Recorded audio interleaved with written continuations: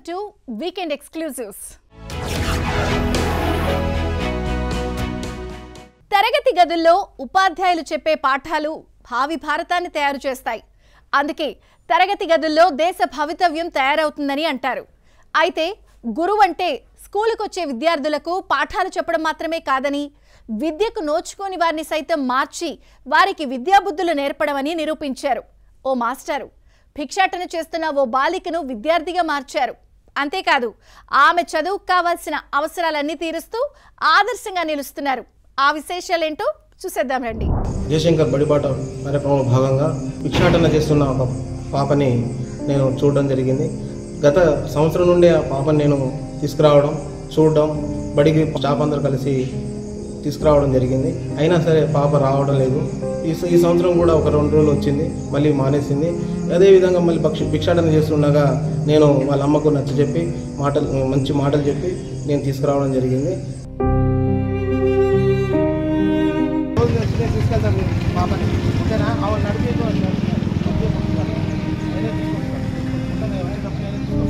ఓకేనా?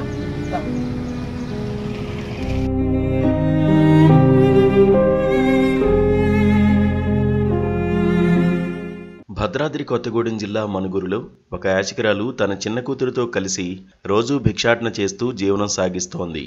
భర్త మరణించడంతో ఆమెకు జీవనాధారం కోసం భిక్షాటన తప్ప వేరే మార్గం కనిపించలేదు. రోజూ తన కూతురుతో కలిసి పట్టణ వీధుల్లో భిక్షం అడుగుతూ కనిపించేది. కానీ ఈ దృశ్యం మనుగూరు శివలింగాపురం ప్రాథమిక పాఠశాలలో స్కూల్ అసిస్టెంట్గా పనిచేస్తున్న మాలోతు భద్రు గుండెను కదిలించింది. ప్రభుత్వం ప్రతిష్టాత్మకంగా చేపట్టిన బడిబాట కార్యక్రమం ద్వారా ప్రతి బిడ్డ చదువుకోవాలనే సంకల్పంతో పనిచేసే ఉపాధ్యాయుడు మాలోతు భద్రు.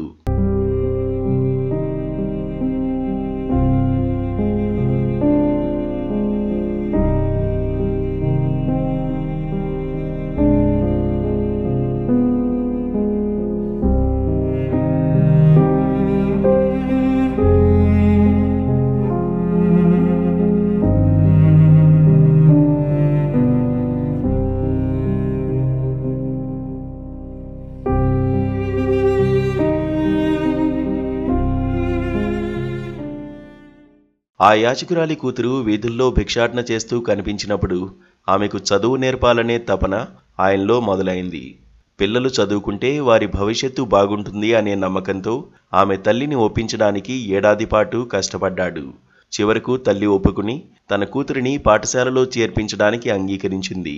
భద్రు అంతటితో ఆగలేదు. ఆ బాలికకు చదువుకు అవసరమైన పుస్తకాలు, యూనిఫామ్, ఇతర సామాగ్రిని సొంతంగా కొనిచ్చాడు.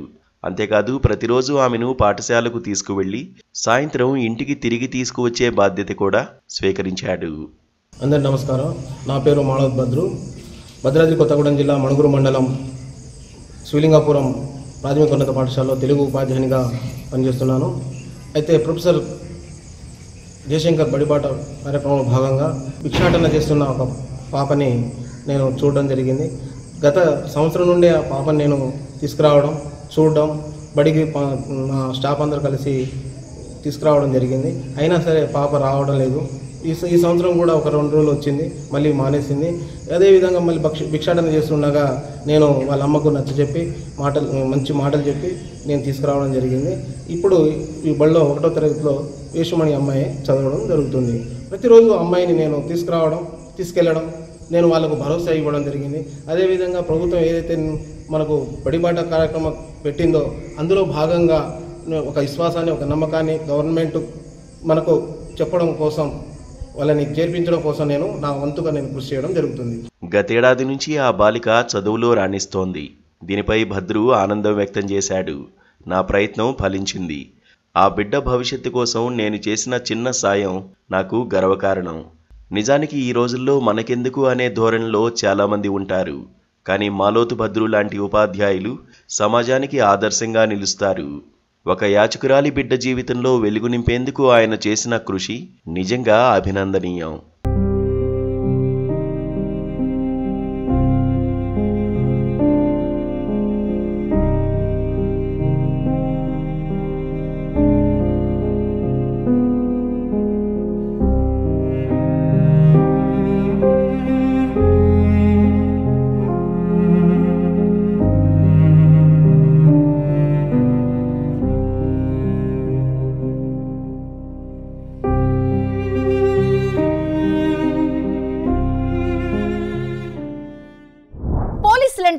లా అండ్ ఆర్డర్ని రక్షించే వాళ్ళు మాత్రమే కాదు, నిరుపేదల అవసరాలు తీర్చడానికి కృషి చేసే వాళ్ళు కూడా అని నిరూపించారు ఏలూరు పోలీసులు.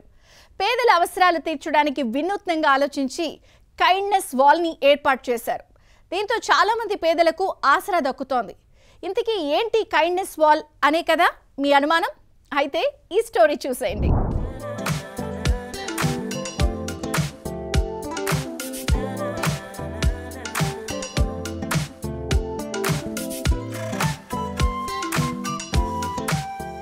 ఏలూరు జిల్లా పోలీసులు పేదల ఇబ్బందులను తొలగించేందుకు కైండ్నెస్ వాల్ పేరుతో ఒక వినూత్న కార్యక్రమానికి శ్రీకారం చుట్టారు.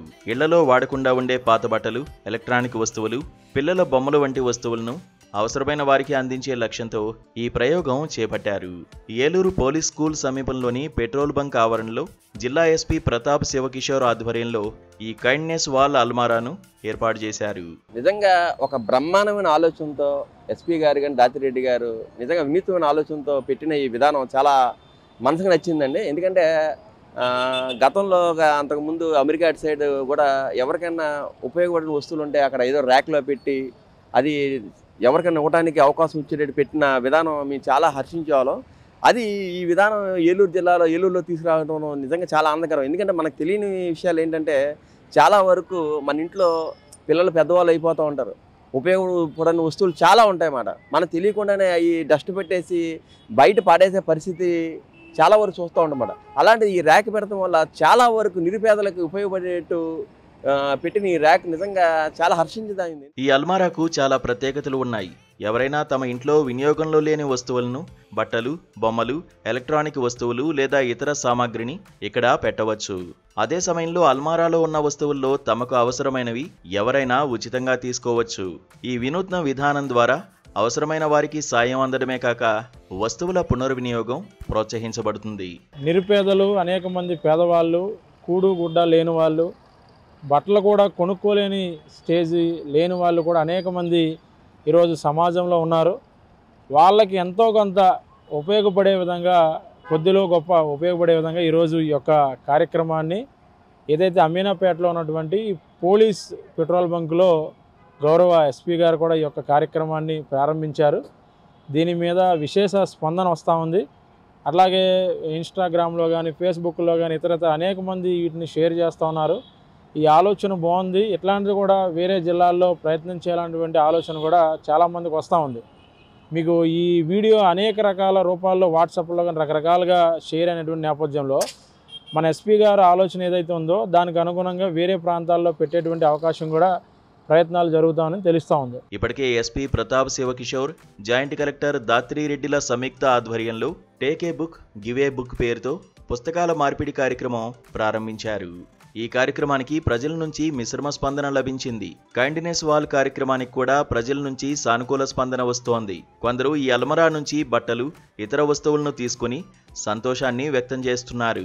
ఈ కార్యక్రమం పేదలకు ఉపయోగకరంగా ఉంటూనే సమాజంలో సహకార స్ఫూర్తిని పెంపొందిస్తుందని పోలీసులు ఆశిస్తున్నారు. నేను ఫస్ట్ టైం ఈ కార్యక్రమం అనేది నేను ఇన్స్టాగ్రామ్లో చూశాను. చాలా మంచి ఆలోచన ఇది. అంటే పోలీస్ వాళ్ళు కేవలం అంటే సేవా పరిచర్య కాకుండా లేనటువంటి వారికి కూడా ఇలాంటి కార్యక్రమం పెట్టడం చాలా బాగుంది. ఇది అంటే ఎప్పుడో చెప్పాడు మానవ సేవ మాధవ సేవ అన్నారు మదర్ తెరెసా గారు. ఇప్పుడు పోలీస్ వాళ్ళు అలాంటి ఒక అభిప్రాయాన్ని తీసుకురావడం చాలా బాగుంది ఈ కార్యక్రమం. అంటే మనకున్నది వృధా చేయకుండా లేని వాళ్ళకి ఇస్తే బాగుంటుంది అన్న ఉద్దేశంతో ఈ కార్యక్రమం చాలా బాగుంది.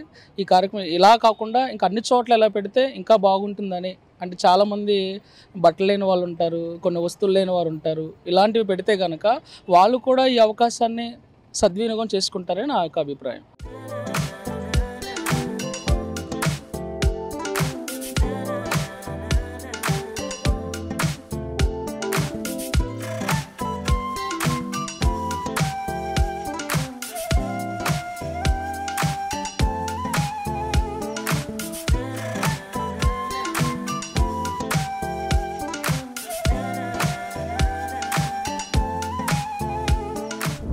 మనిషి పుట్టాక ఏదో ఒకటి సాధించాలి, అందరిలా జీవించేస్తే మనకంటూ ప్రత్యేక గుర్తింపు ఏముంటుంది? ఈ మాటని గట్టిగా వంటబట్టించుకున్నాడు ఓ బాలుడు. దానికోసం ఈత కొట్టడం నేర్చుకున్నాడు. అయితే అందరిలా తాను చేస్తే వెరైటీ ఏముంటుంది? అందుకే కొత్త కొత్త ఈత టెక్నిక్స్తో అదరగొడుతున్నాడు. కాళ్ళు చేతులు కట్టేసిన ఈదేస్తున్నాడు. ఆ చిచ్చర పిడుగు విశేషాలేంటో చూసేద్దాం రండి.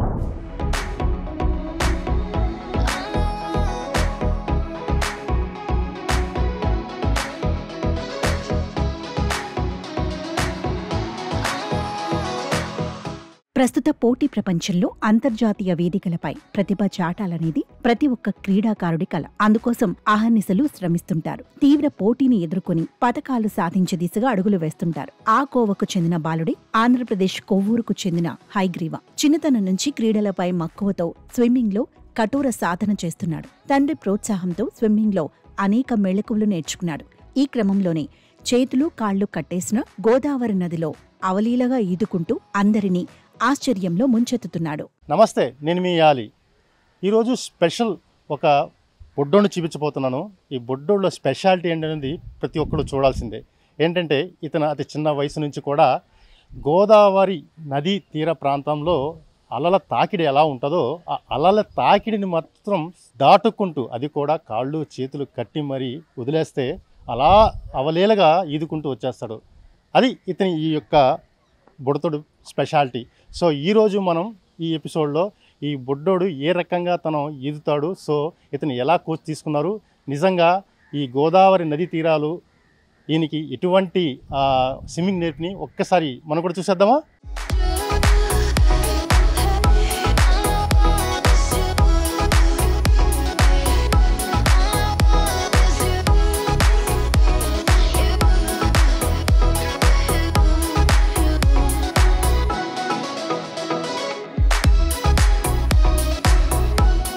కొవ్వూరుకు చెందిన సూర్య గత 35 ఏళ్లుగా స్విమ్మింగ్ చేస్తున్నారు. ఎంతో మంది చిన్నారులకు స్విమ్మింగ్ పై ఉచిత శిక్షణ ఇస్తున్నారు. ఈ క్రమంలోనే సూర్యకుమారుడు హైగ్రీవ కూడా ఆయనతో పాటే వెళుతూ 5 ఏళ్ల వయసు నుంచే ఈతపై మక్కువ పెంచుకున్నాడు. అప్పట్నుంచి హైగ్రీవకు స్విమ్మింగ్ లో మెళకువలు నేర్పిస్తూ ప్రతిరోజు శిక్షణ ఇస్తున్నారు.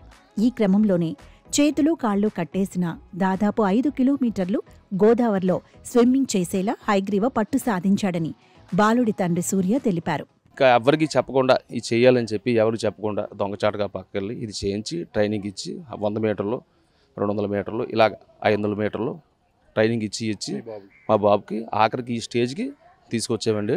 ఇప్పుడు 5 కిలోమీటర్స్ చేతులు కాళ్ళు కట్టేసి చేస్తాడు. అంటే ఇది లిమ్కా బుక్ ఆఫ్ రికార్డ్స్ ప్రపంచ రికార్డు అండి. 190 దేశాల్లో మనం 190 దేశాల పైన ఉన్నాయండి. ఎవరు కూడా ఇటువంటి ఈవెంట్ ఇంతవరకు at the age of 14 years ఎవరు చేయలేదండి. ఎందుకంటే ఇది అత్యంత ప్రమాదకరం, ఎవరు చేయలేదు. తేడా వస్తే మనం చనిపోవడం తప్ప ఇంకేముండదు. అయినా సరే మేము దగ్గర నుండి సేఫ్టీస్ పెట్టి చేయించాము. ఈ చేయించడం వల్ల ఇప్పుడు ప్రతి ఒక్కరు కూడా దీన్ని చూసి ఇలా చేతులు కాళ్ళు కట్టే ఆ అబ్బాయి చేస్తున్నాడంటే మేము మామూలుగా కూడా చేయగలం అని చెప్పి అందరికీ అవగాహన రావాలని, ప్రజలందరికీ అవగాహన రావాలి. ప్రతి తల్లిదండ్రులు కూడా పిల్లల్ని మంచి స్కూల్స్లో జాయిన్ చేస్తున్నారు, మంచి విద్యాబుద్ధులు నేర్పుతున్నారు, లక్షలు ఖర్చు పెడుతున్నారు. కానీ నాకు ఈత రాదు, మా నాన్నగారికి రాదు, మా అబ్బాయికి అమ్మో వెళ్ళకూడదు, మా అబ్బాయి కూడా చచ్చిపోతాడు అని చెప్పి ఈత నేర్పించట్లేదు. దానివల్ల 18 ఏళ్ళు 17 ఏళ్ళు వయసు రాగానే తల్లిదండ్రులకు చెప్పకుండా వాళ్ళు గోదావరికి వెళ్ళడం, సముద్రంకి వెళ్ళడం, లేకపోతే నూతులు ఈతడం, ప్రాణాలు కోల్పోవడం. ఇలా ప్రాణాలు కోల్పోకూడదు. వచ్చే సంవత్సరమైనా సరే మమ్మల్ని చూసి ఎవరైనా సరే కోచ్ ఆధ్వర్యంలో ఈ ఈత నేర్చుకోవాలి. ఇలా నేర్చుకుంటే ప్రతి ఒక్కరు వాళ్ళ ప్రాణాలు వాళ్ళ చేతుల్లోనే ఉంటాయి. తన తండ్రి ప్రోత్సాహంతోనే స్విమ్మింగ్ పై ఆసక్తి పెరిగిందని హైగ్రీవ తెలిపాడు. ఎప్పటికైనా గిన్నిస్ బుక్ రికార్డ్స్ లో చోటు సంపాదించుకోవడమే తన లక్ష్యమని చెబుతున్నాడు. చేతులు కాళ్లు కట్టేసిన గోదావరిలో 5 కిలోమీటర్ల కంటే ఎక్కువ దూరం వెళ్లగలనని చెప్తున్నాడు. నేను ఈ ఈవెంట్ ఒక 5 ఇయర్స్గా ప్రాక్టీస్ చేస్తున్నాను. చిన్నప్పుడు నాకు 5 ఇయర్స్ ఉన్నప్పటి నుంచే నేను ఈ స్విమ్మింగ్ అనేది స్టార్ట్ చేశాను. మా ఫాదర్ నన్ను సరదాగా తీసుకొచ్చేవారు ఆడుకోమని. అలా ఆడుకోవడం ప్రాక్టీస్ అయింది బాగా. నేను బాగా చేయడం, నేను ఎంకరేజ్ చేయడం, నాకు స్విమ్మింగ్ మీద ఇష్టం పడడం నాకు చాలా నచ్చింది స్విమ్మింగ్ చేయడం వల్ల. అయితే నేను మా డాడీకి తెలిసిన స్టైల్స్ అన్నీ నాకు చాలా నేర్పించారు. Free style, breast stroke, butterfly, back stroke అలా నేర్చుకునేదాకా. తర్వాత కాంపిటీషన్స్కి వెళ్దాం అనుకున్నాం, కానీ కరోనా టైంలో అప్పుడు కొంచెం ఇబ్బంది పడ్డాం, అందుకే ఆ టైంకి వెళ్ళలేదు. నెక్స్ట్ ఇయర్ నేను 9th స్టాండర్డ్ చదువుతున్నప్పుడు డిస్ట్రిక్ట్ మీట్ వరకు స్విమ్మింగ్ వెళ్ళాం. తర్వాత స్టేట్ మీట్ వెళ్ళాం. అక్కడ జస్ట్లో ఓడిపోయాను. అది చాలా బాధ అనిపించింది, చాలా డిసప్పాయింట్ అయ్యాను. అలా డిసప్పాయింట్ అవ్వకుండా కొత్తగా ట్రై చేద్దాం అన్నారు మా డాడీ. నేను చాలా బాధపడుతుంటే చూడలేక అలా చెప్పారు, చాలా కొత్తగా ట్రై చేద్దాం అన్నారు. సరే అని ఇంకా దీంట్లో డిసప్పాయింట్ అయ్యో మళ్ళీ ఇంకా డిసప్పాయింట్ అవ్వకూడదు అని ఈ ఈవెంట్ చేతులు కాళ్ళు రెండు కట్టేసి చేద్దామన్నారు. అలా స్టార్టింగ్ ఒక 50 మీటర్స్ అలా చేశాను. తర్వాత 100, తర్వాత 200, 500 అలా కిలోమీటర్స్ వరకు వెళ్ళాను. తర్వాత ఇప్పుడు 5 కిలోమీటర్స్ వెళ్తాను సార్. ప్రస్తుతం రాష్ట్ర స్థాయి పోటీలో రాణిస్తున్న హయగ్రీవ భవిష్యత్తులో జాతీయ అంతర్జాతీయ స్విమ్మింగ్ పోటీల్లో తప్పకుండా ప్రతిభ కనబరుస్తాడనే నమ్మకం ఉందని ఆయన తల్లిదండ్రులు అంటున్నారు. గిన్నీస్ బుక్ ఆఫ్ రికార్డ్స్లో చోటు సంపాదించాలనే తన తండ్రి కలను హయగ్రీవ నిజం చేస్తాడని స్థానికులు చెబుతున్నారు. చూశారుగా ఈ చిన్నారి బొడతడు హయగ్రీవ ఎంత ఈజీగా అవలేలగా కాళ్ళు చేతులు కట్టేసిన అవలేలగా ఈదుకుంటే ఇలా వచ్చేస్తున్నాడు. తన జీవితంలో ఒక లక్ష్యం ఉంది, ఆ లక్ష్యాన్ని చేరుకునే వరకు మరింత ప్రాక్టీస్ చేసి మంచి ఒలింపిక్స్లో నేషనల్ ఇంటర్నేషనల్ లెవెల్లో కూడా తన సత్తా చాటుకోవాలని చెప్పి కూడా తన ధీమా చెప్తున్నారు. కానీ తండ్రి యొక్క శిక్షణ ఏదైతే ఉందో ఆ శిక్షణ ఈ బుడతడికి మంచి పేరు గుర్తింపు కూడా తీసుకొచ్చింది. ఈ కొవ్వూరు పరిసర ప్రాంతాలు కూడా చాలా గొప్పగా చెప్పుకుంటున్నారు. ఏదైనప్పుడు కూడా వీళ్ళ యొక్క లక్ష్యాన్ని చేరుకోవాలని మనము కోరుకుందాం. మరో ఎపిసోడ్తో మళ్ళీ మీ ముందుకు వస్తాను.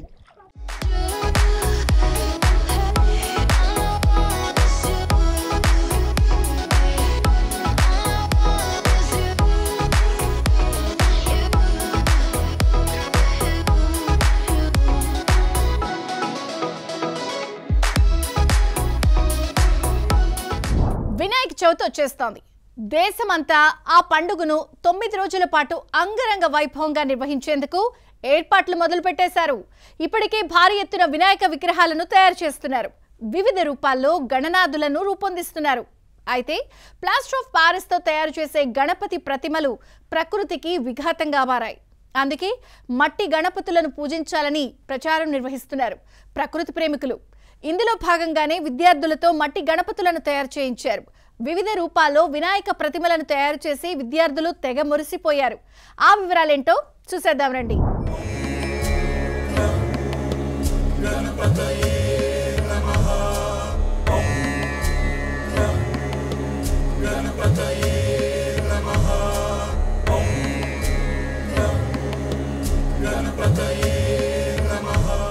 వినాయక చవితి పండుగ వచ్చేస్తోంది. ఊరువాడ అందమైన విగ్రహాలను పెట్టి పండుగను ఘనంగా చేసుకుంటారు. వీధుల్లో వినాయక మండపాలను పెట్టి ఏకదంతుణ్ణి పూజిస్తారు. అయితే ప్లాస్టర్ ఆఫ్ ప్యారిస్ తో విగ్రహాలు తయారు చేయడం వల్ల పర్యావరణానికి హాని కలుగుతోంది. ఈ ముప్పును తప్పించడానికి విశాఖలో ఆర్ట్ ఆఫ్ లివింగ్ సంస్థ సహజ సిద్ధంగా దొరికే మట్టితో వినాయక విగ్రహాలను మాత్రమే వాడాలని ప్రచారం చేస్తోంది. కేవలం ప్రచారం మాత్రమే కాకుండా విద్యార్థులకు విగ్రహాలను ఎలా తయారు చేయాలో కూడా శిక్షణ ఇస్తోంది. దీంతో చిన్నారుల చేతిలో అందమైన మట్టి గణపతులు తయారయ్యాయి.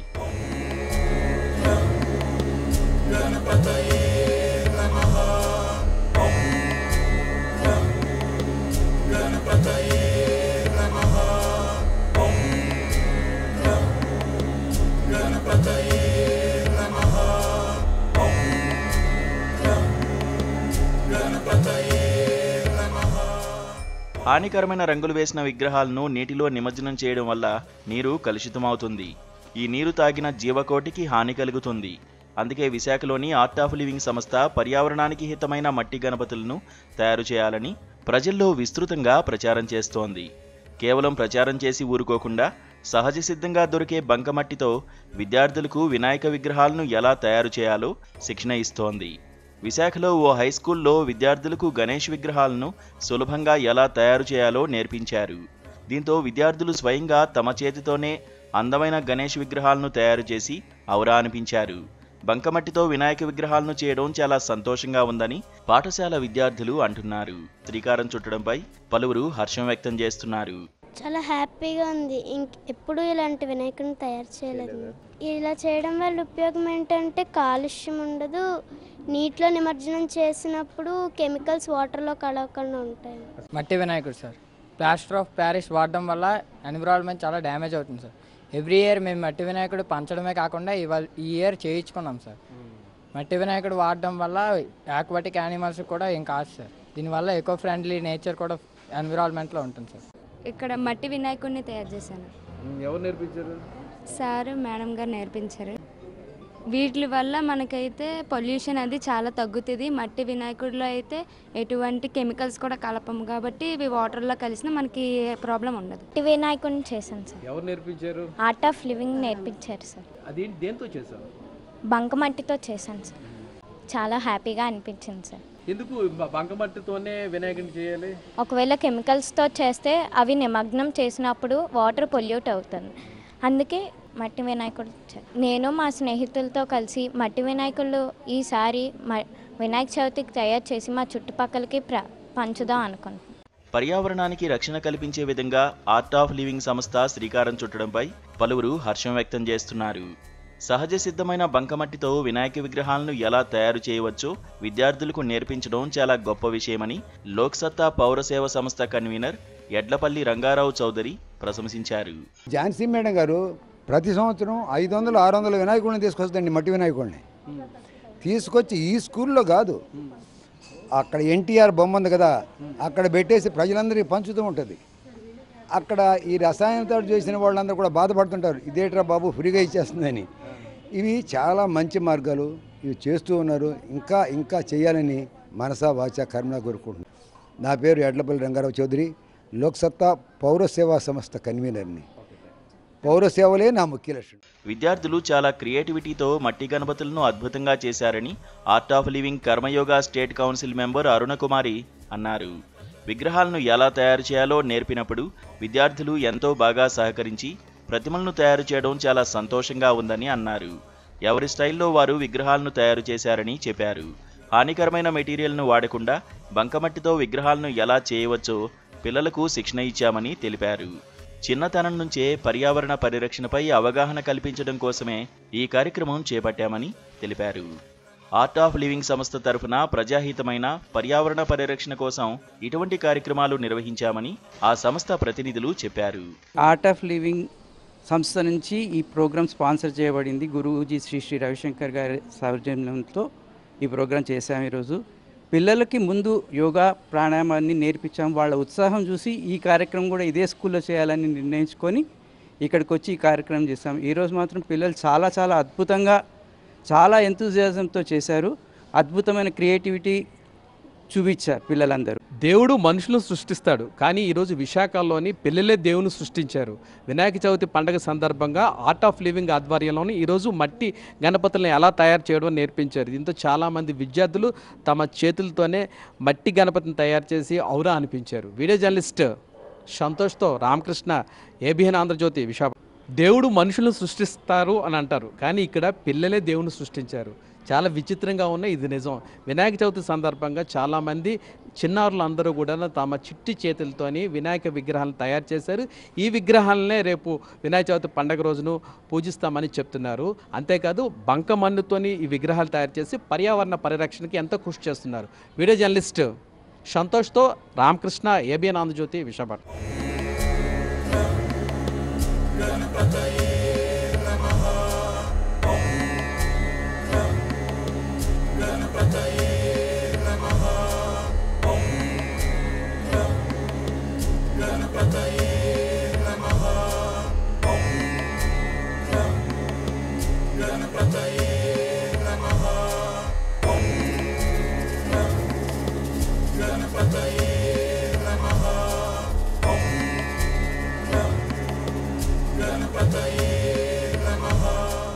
ఇవ్వండి ఇవాల్టి వీకెండ్ ఎక్స్క్లూజివ్స్. వచ్చే వారం మళ్ళీ కలుద్దాం. Until then, bye.